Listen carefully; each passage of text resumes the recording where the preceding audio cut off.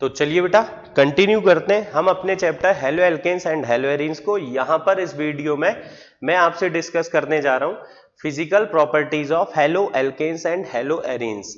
इस टॉपिक से भी आपको बड़े आराम से बेटा बोर्ड एग्जाम में क्वेश्चन पूछे जा सकते हैं और आते हैं तो बेटा बड़े आसान क्वेश्चन होंगे।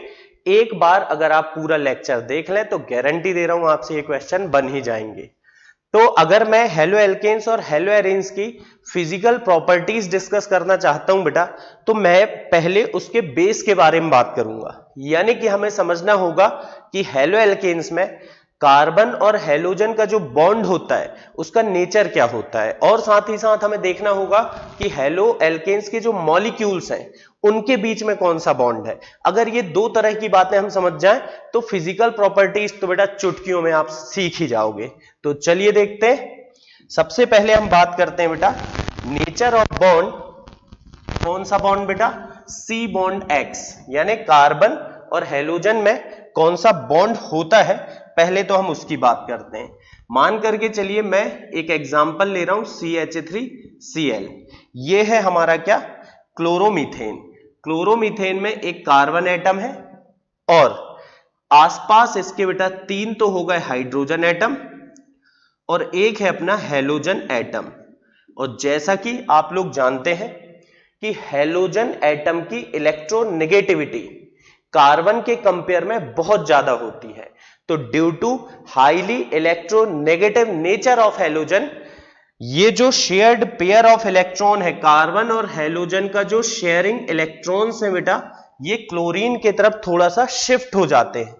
क्लोरीन की इलेक्ट्रोनेगेटिविटी ज्यादा है जिसके कारण क्लोरीन क्या करेगा? इन इलेक्ट्रॉन्स को अपने तरफ खींच लेगा। अब बेटा ब्रोमीन होगा, आयोडीन होगा, फ्लोरीन होगा, तो भी यही होगा कि शेयर्ड पेयर ऑफ इलेक्ट्रॉन थोड़ा सा अपने तरफ ये पुल कर लेगा। और जब इस तरह के शेयर्ड पेयर ऑफ इलेक्ट्रॉन्स ये पुल कर लेगा बेटा, तो इस क्लोरीन एटम में पार्शियल नेगेटिव चार्ज आ जाएगा और कार्बन एटम में हो जाएगा पार्शियल पॉजिटिव चार्ज। और जब इस तरह के पार्शियल चार्जेस आ जाते हैं बेटा, तो ऐसे कोवेलेंट बॉन्ड को हम क्या कहते हैं? It is polar covalent bond. Polar covalent bond. तो जो आपका पोलर कोवेलेंट बॉन्ड है वो होता है बेटा किसमें? हेलो एल्केन्स में। तो ध्यान रखें, हेलो एल्केन्स में कार्बन और हेलोजन का जो बॉन्ड होगा बेटा, that is polar covalent bond. अब ये तो हो गया सी बॉन्ड एक्स। दूसरी बात करते हैं कि इनके मॉलिक्यूल्स के बीच में कौन सा अट्रैक्शन फोर्स होता है। देखिए ये पोलर है बेटा, पोलर मतलब कि कार्बन में है पार्शियल पॉजिटिव चार्ज और हेलोजन में है पार्शियल नेगेटिव चार्ज। कार्बन में पार्शियल पॉजिटिव चार्ज है, हेलोजन में पार्शियल नेगेटिव चार्ज है। तो जब हेलो एल्केन का एक मॉलिक्यूल रहेगा बेटा, तो इस तरह से वो डाइपोल क्रिएट करेगा। डाइपोल किसे कहते हैं? जब दो इक्वल एंड अपोजिट चार्जेस कुछ दूरी पर होते हैं तो उसे ही हम बोलते हैं डाइपोल। तो ये एक डाइपोल बन जाएगा। ऐसे ही बेटा एक दूसरा डाइपोल बनेगा जिसमें कार्बन में पार्शियल पॉजिटिव चार्ज और हेलोजन में पार्शियल नेगेटिव चार्ज रहेगा। अब बेटा ये जो डाइपोल बने, ये डाइपोल एक दूसरे को क्या करेंगे? अट्रैक्ट करेंगे। इसका नेगेटिव चार्ज इसके पॉजिटिव चार्ज को अपनी तरफ बेटा अट्रैक्ट करेगा और इस तरह के अट्रैक्शन फोर्स को क्या कहते हैं बच्चों? हम इसे कहते हैं dipole attraction forces. It is dipole attraction forces. तो ध्यान रखें बेटा कि जो हेलो एल्केन के मॉलिक्यूल्स होते हैं उनमें होता है डाइपोल अट्रैक्शन फोर्सेस। तो ध्यान से देखें, अभी तक की बात हमने दो इंपॉर्टेंट बातें करें। पहली बात हमने क्या की बेटा कि हेलो एल्केन के मॉलिक्यूल्स में कार्बन और हेलोजन में पोलर कोवेलेंट बॉन्ड एग्जिस्ट करता है। दूसरी बात कि हेलो एल्केन के मॉलिक्यूल्स के बीच में intermolecular dipole attraction forces exist करते हैं। ठीक है, चलिए अब आगे बढ़ते हैं हम और अगली बात करते हैं। फिर बेटा इसके बाद देखें, हम बात कर रहे हैं किसकी? Order of bond length. मतलब कि chloro alkane, fluoro alkane, bromo alkane, iodo alkane, इसमें सी बॉन्ड एक्स की यानी कार्बन और हेलोजन में किसकी बॉन्ड लेंथ ज्यादा है। फिर उसके बाद हमें कंपेयर करना है बॉन्ड एंथैल्पी, मतलब बेटा बॉन्ड एनर्जी, और फिर उसके बाद कंपेयर करना है डाइपोल मोमेंट। और बिल्कुल आपको इसमें 1 मार्क का क्वेश्चन बड़े प्यार से पूछा जा सकता है।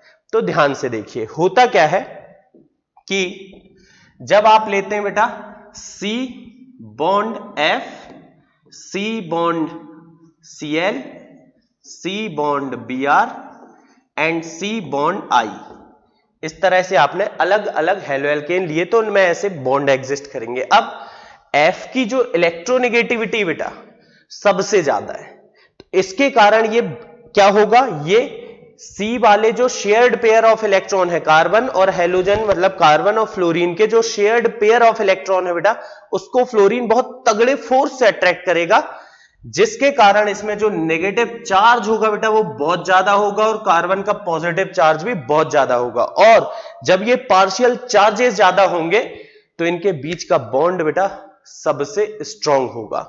जबकि यहां पर भी पार्शियल चार्जेस हैं, लेकिन क्योंकि आयोडीन का साइज बड़ा है इस कारण से इसके अट्रैक्ट करने की टेंडेंसी थोड़ी कम है, तो उसके कारण जो पार्शियल नेगेटिव चार्ज आया है ये थोड़ा कम रहेगा, पार्शियल पॉजिटिव चार्ज भी थोड़ा कम रहेगा, और इस तरह से हम कह सकते हैं कि ये बॉन्ड बेटा कैसा रहेगा, इन चारों में सबसे ज्यादा स्ट्रांग रहेगा और ये वाला बॉन्ड रहेगा बेटा वीक। अब स्ट्रांग बॉन्ड है, इसका मतलब क्या हुआ कि एटम बहुत ज्यादा पास पास है, एटम बहुत ज्यादा पास पास है, इसका मतलब क्या हुआ कि उनकी बॉन्ड लेंथ कम है। तो बेटा क्योंकि ये बॉन्ड बहुत स्ट्रांग है इसीलिए इस बॉन्ड की बॉन्ड लेंथ कैसी होती है बेटा, सबसे कम होती है। तो अगर मैं बॉन्ड लेंथ का ऑर्डर बताना चाहूं तो क्या लिखूंगा बेटा, सबसे कम बॉन्ड लेंथ होती है सी बॉन्ड एफ की, फिर होता है C bond CL, then C bond BR and last में सी बॉन्ड आई।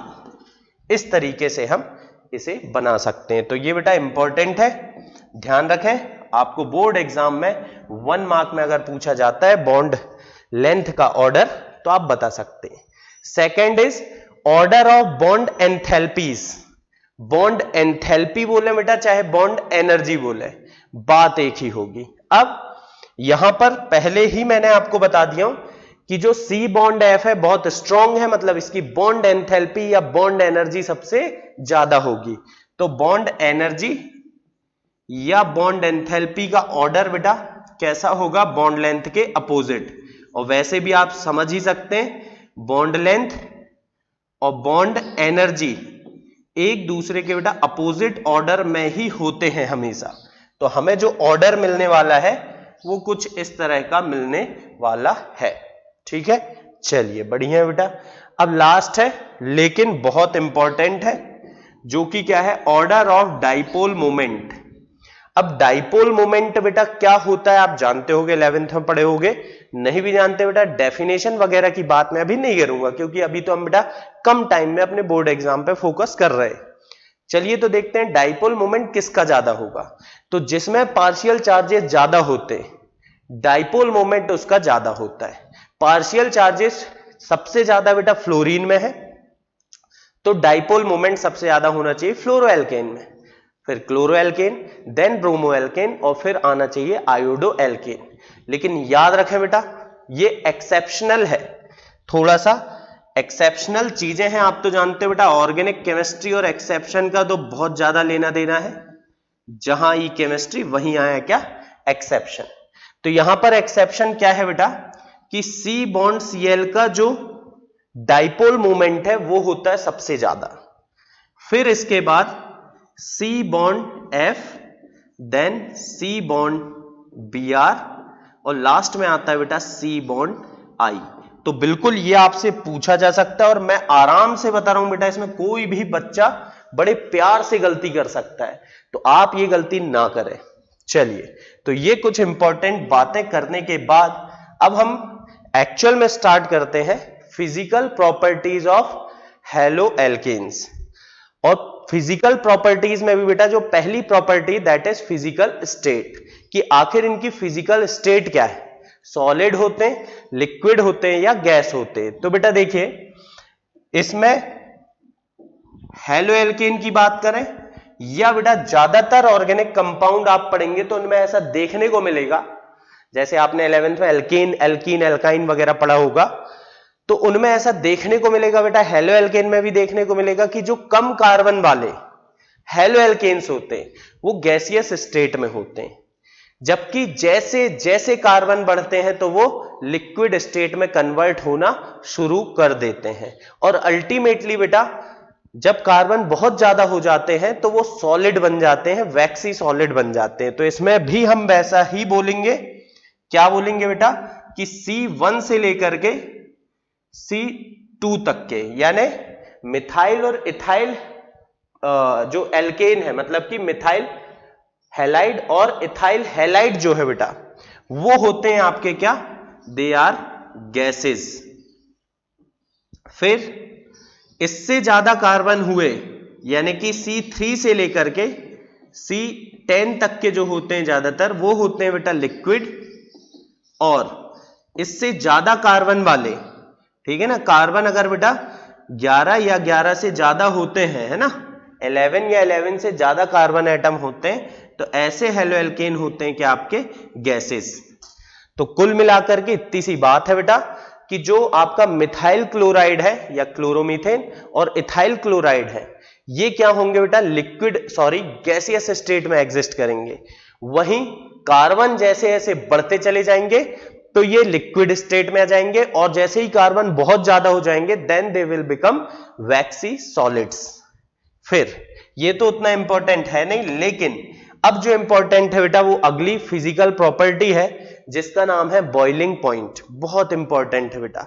तो बॉइलिंग पॉइंट तो सीधा सा डिपेंड करता है किस पर, नेचर ऑफ बॉन्ड पर। बॉन्ड जितना तगड़ा बॉइलिंग पॉइंट उतना ज्यादा, बॉन्ड जितना वीक बॉइलिंग पॉइंट भी उतना लो। तो देखिए बेटा सबसे पहले हम कंपेयर करेंगे C bond F, C bond Cl, C bond Br and C bond I। कुल मिलाकर के बेटा ऐसा बोले अपन कि हम फ्लोरोएल्केन और क्लोरोएल्केन, ब्रोमोएल्केन और आयोडोएल्केन को कंपेयर कर रहे हैं, ठीक है। तो हम यहां R लिख देते हैं बेटा, फ्लोरोएल्केन, क्लोरोएल्केन, ब्रोमोएल्केन और आयोडोएल्केन। और जैसा कि हम ऑलरेडी डिस्कस कर चुके हैं कि आयोडीन के केस में बॉन्ड होता है वीक। अब बॉन्ड वीक होगा बेटा तो क्या होगा, बॉइलिंग पॉइंट लेस होगा। तो हम कह सकते हैं इससे, क्या कह सकते हैं बेटा कि आयोडोएल्केन का तो बॉइलिंग पॉइंट सबसे कम होता है, फिर इससे ज्यादा होता है ब्रोमो, फिर क्लोरो, और सबसे ज्यादा होता है बेटा फ्लोरोएल्केन का। तो ये पहला पॉइंट जो आपको याद रखना है कि बॉइलिंग पॉइंट सबसे ज्यादा होता है फ्लोरोएल्केन, देन क्लोरोएल्केन, देन ब्रोमोएल्केन, और लास्ट में आता है बेटा क्या, अपना आयोडोएल्केन। फिर अब इसमें क्या होगा, जैसे मान लो बेटा सेम टाइप के, मतलब क्लोरोएल्केन है, क्लोरोमीथेन है और क्लोरोईथेन है, तो सिंपल सी बात है जैसे जैसे नंबर ऑफ कार्बन बढ़ेंगे बॉइलिंग पॉइंट भी बढ़ता जाएगा। ऐसा क्यों, तो बेटा आप सीधी एक बात याद रखें कि जो बॉइलिंग पॉइंट होता है, boiling point it is directly proportional to, boiling point is directly proportional to the molar mass. क्या होता है बेटा, मोलर मास के डायरेक्टली प्रोपोर्शनल होता है बॉइलिंग पॉइंट। और इस तरह से हम बॉइलिंग पॉइंट को मोलर मास के बेस पर क्या कर सकते हैं बेटा, कंपेयर कर सकते हैं।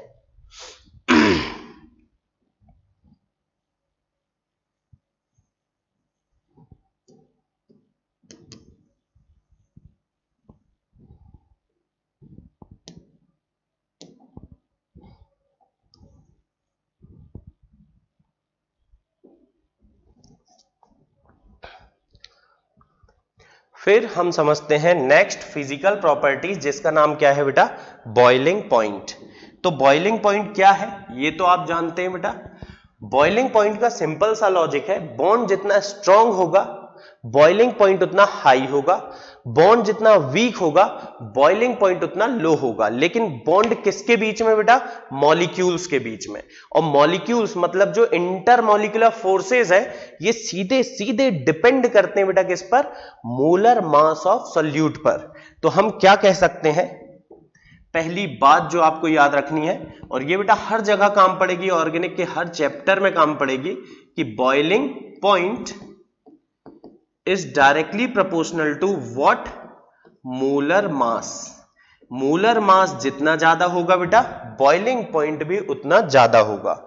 अगर हम फ्लोरोएल्केन, ब्रोमोएल्केन, क्लोरोएल्केन और आयोडोएल्केन में कंपेयर करें, मतलब बेटा मैं ले लूं यहां पर RF फ्लोरोएल्केन, क्लोरोएल्केन, ब्रोमोएल्केन एंड आपका लास्ट है आयोडोएल्केन, इनको कंपेयर करें, इनके बॉइलिंग पॉइंट को कंपेयर करें तो बहुत सिंपल सा है।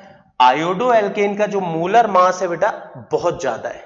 मोलर मास इसके कंपेयर में, इसके कंपेयर में, इसके कंपेयर में ज्यादा है। मोलर मास ज्यादा होगा तो क्या होगा बेटा? जो इंटरमॉलिक्यूलर फोर्सेस है वो स्ट्रांग होंगे और बॉइलिंग पॉइंट बढ़ेगा। Molar mass is directly proportional to boiling point.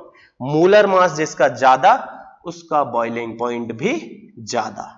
इस तरह का हमें ऑर्डर मिलेगा। दूसरी बात बेटा, अब मान लीजिए मुझे किसी ने बोला चलिए बताइए CH3Cl मतलब कि क्लोरोमीथेन, क्लोरोइथेन, क्लोरोप्रोपेन एंड बेटा क्लोरोब्यूटेन, ठीक है, ये मैंने ले लिया। इनमें मान लो इन तीनों में मुझे कंपेयर करना है, सेम ऑर्डर आगे भी बढ़ते जाएगा। चलिए तो कंपेयर करते हैं हम। यहां पर क्या हो रहा है? नंबर ऑफ कार्बन ज्यादा है तो मोलर मास भी ज्यादा है, और मोलर मास ज्यादा है तो बॉइलिंग पॉइंट तो बेटा कैसा होगा? ज्यादा होगा। तो मोलर मास जैसे जैसे बढ़ता है बॉइलिंग पॉइंट भी ज्यादा होता है।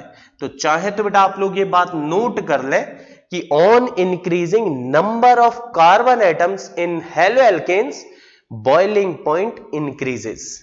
जैसे जैसे नंबर ऑफ कार्बन एटम बढ़ते चले जाएंगे उनका बॉइलिंग पॉइंट भी बढ़ता चला जाएगा। फिर बेटा अगली बात करते हैं। अब मान लीजिए मेरे पास कुछ आइसोमेरिक हेलोएल्केन है, आइसोमर्स है बेटा। इसमें एक है अपना सीधा सीधा स्ट्रेट चेन वाला, ये हो गया मेरा क्लोरोब्यूटेन, एन क्लोरोब्यूटेन बेटा स्ट्रेट चेन, नॉर्मल चेन बोलते हैं जिसको हम। एक कोई आ गया ब्रांच में, तो मान लो बेटा इस तरह का मैंने ले लिया आइसो क्लोरोब्यूटेन, और एक और है बेटा जिसमें दो ब्रांचेस बन गई इस तरह की, यानी कि ये हो गया आपका 3 डिग्री क्लोरोब्यूटेन, ठीक है, सॉरी 3 डिग्री ब्यूटाइल क्लोराइड। ये हो गया बेटा iso butyl chloride and this is an butyl chloride, या आप बोल सकते हैं IUPAC नेमिंग में chlorobutane. This is 2 methyl chloropropane and this is 2 chloro 2 methyl propane, ठीक है। तो इस तरह से बेटा इसकी नेमिंग वगैरह तो हम पहले भी जानते ही हैं। चलिए तो अब देखते हैं इनमें बॉइलिंग पॉइंट किसका ज्यादा होगा किसका कम। तो जैसे जैसे बेटा ब्रांचेस बढ़ती हैं बॉइलिंग पॉइंट घटते चले जाते हैं। कार्बन जैसे जैसे ब्रांचेस में आने लगते हैं तो इनके बॉइलिंग पॉइंट क्या होते जाएंगे बेटा? घटते चले जाएंगे।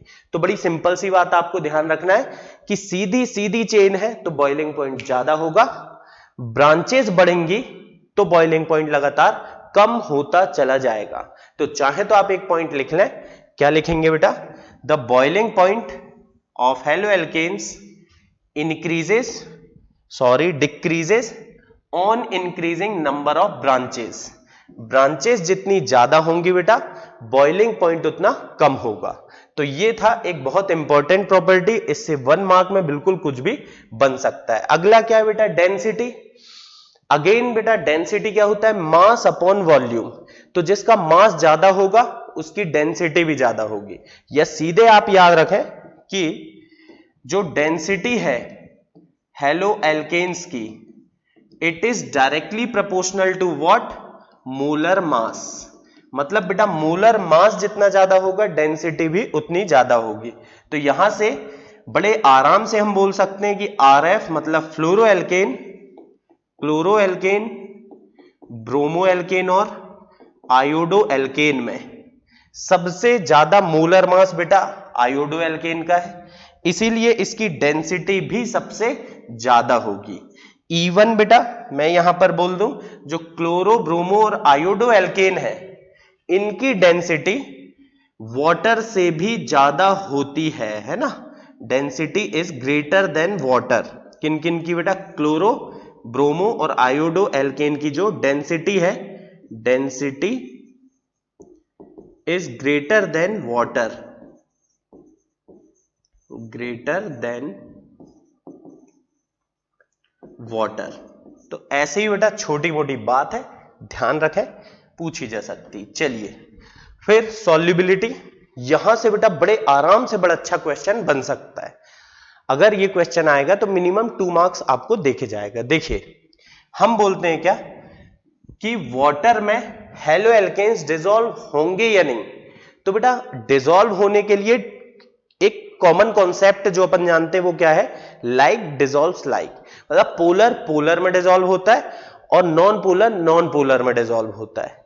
तो उस हिसाब से अगर देखें हम, क्योंकि हेलो एल्केन पोलर कंपाउंड्स है तो वो बेटा वाटर में डिसॉल्व होना चाहिए, because water is also polar and polar is dissolved in polar, यानी कि हेलो एल्केन आराम से वाटर में डिसॉल्व हो जाना चाहिए, हो जाना चाहिए बेटा, मतलब कि एक्चुअल में होता नहीं है। तो हेलो एल्केन वाटर में स्लाइटली सॉल्युबल है, बहुत थोड़े से डिसॉल्व होते हैं बेटा। और क्यों नहीं होते डिसॉल्व, इस बात को हम समझना चाह रहे हैं। देखिए पहली बात तो इनका जो खुद का बॉन्ड है बेटा पोलर बॉन्ड है, यहां जो हेलो एल्केन होगा इनका खुद का बॉन्ड पोलर है और अच्छी खासी पोलैरिटी है बेटा, पोलैरिटी के कारण ये बॉन्ड भी ठीक ठाक स्ट्रॉन्ग बॉन्ड है।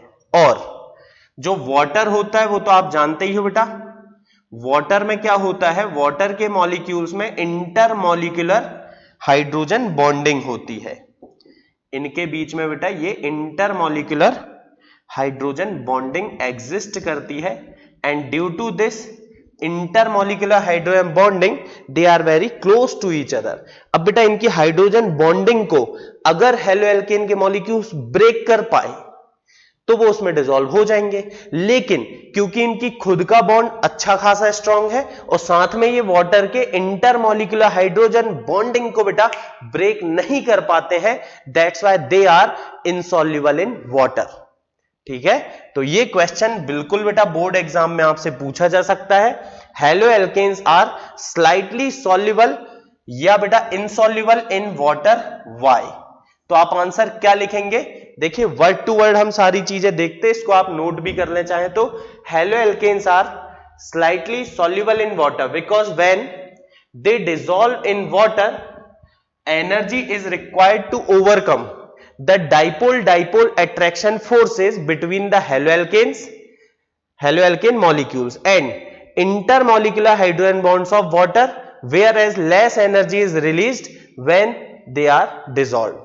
तो ध्यान रखें बेटा कि जब हमें क्या करना है, अगर हेलोएल्केन को डिसॉल्व करना है तो इनका जो पोलर बॉन्ड है ना, या मॉलिक्यूल्स के बीच में जो डाइपोल इंटरमॉलिक्यूलर फोर्सेस है, हमें उनको ब्रेक करना होगा और साथ ही साथ वाटर में जो इंटरमॉलिक्यूलर हाइड्रोजन बॉन्डिंग है उसे भी ब्रेक करना होगा।